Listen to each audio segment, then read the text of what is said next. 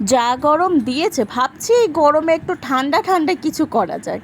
তো চলো, আজকে তোমাদের সাথে শেয়ার করতে চলে এসেছে একটা ওয়াটারমেলন নেল আর্ট। তো ফার্স্টেই তো দেখতে পেলে আমি এখানে একটা বেস কালার অ্যাপ্লাই করে 30 সেকেন্ড কিওর করে নিয়েছি।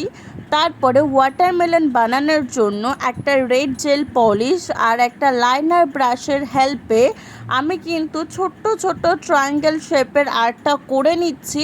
প্রত্যেক কটা আর্ট করা হয়ে গেলে সুন্দর করে আমি ওটাকে আবার 30 সেকেন্ড কিওর করে নিয়েছি।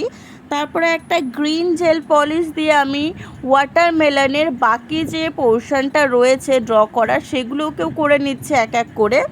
তারপরে কিন্তু এটাকে আবার 30 সেকেন্ড কিওর করতে হবে। তো এখানে দেখো আমি প্রত্যেকটা খুব সুন্দরভাবে আর্টটা করে নিয়েছি। তারপরে একটা হোয়াইট জেল পলিশ অ্যান্ড আবার একটা লাইনার ব্রাশের হেল্পে আমি পুরো ড্রটা করে নিয়েছি ওয়াটারমেলনের। তো এখন কিন্তু রেডি হয়ে গেছে।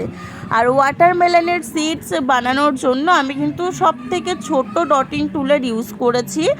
আর ব্ল্যাক জেল পলিশের হেল্পে আমি ছোট্ট ছোট্ট ডট ডট ক্রিয়েট করে ওয়াটারমেলনের সিডসগুলো কিন্তু বানিয়ে নিয়েছি।